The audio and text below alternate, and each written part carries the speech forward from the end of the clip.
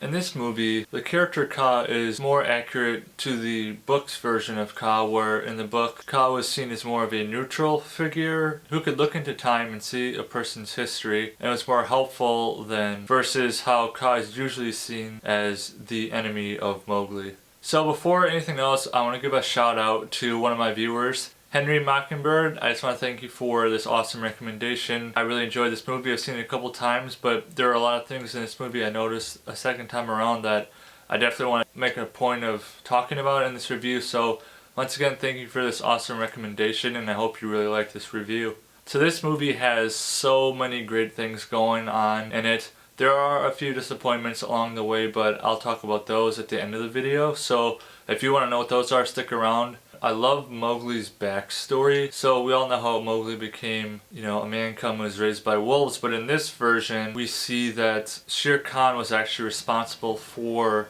why Mowgli is an orphan. This movie is just full of really great characters, all classic characters, but they're presented in a very different way. Shere Khan is actually more menacing and terrifying in this version than versus the animated version, and Shere Khan doesn't have any honor in this movie. He has no respect for anybody, and you can see that he means business throughout the entire movie. His main goal is to kill Mowgli, and he'll do anything to do it. We got Ka in this movie, portrayed by Scarlett Johansson. Ka is generally a male figure, but in this movie, Jon Favreau wanted Ka to be a female, and I really like that choice. I think it added actually a little more intrigue into Ka's character. Ka in this movie is huge, like ginormous, but also like the scene with Ka in it is very, very unsettling.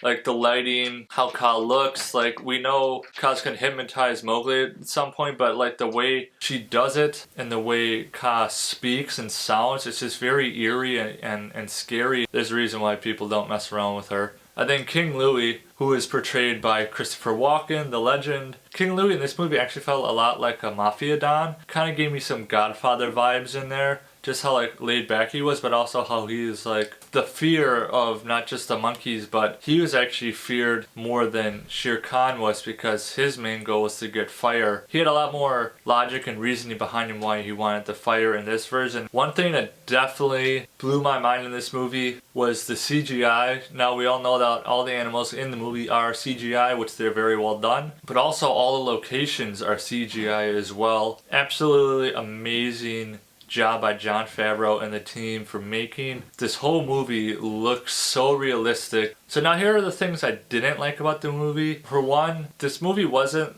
as light-hearted and upbeat as the animated version. The singing didn't go well in this movie, and I would prefer if they didn't sing at all. I was hoping for some songs to be present in this movie, but they weren't. It kind of lost a little bit of magic that way. Another one was Ka. I wanted to see a lot more of her on screen, but we only got one scene, and it was a very short scene.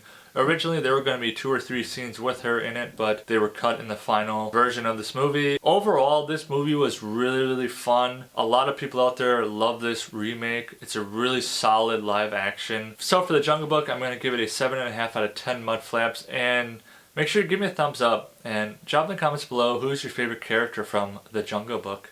See you next time.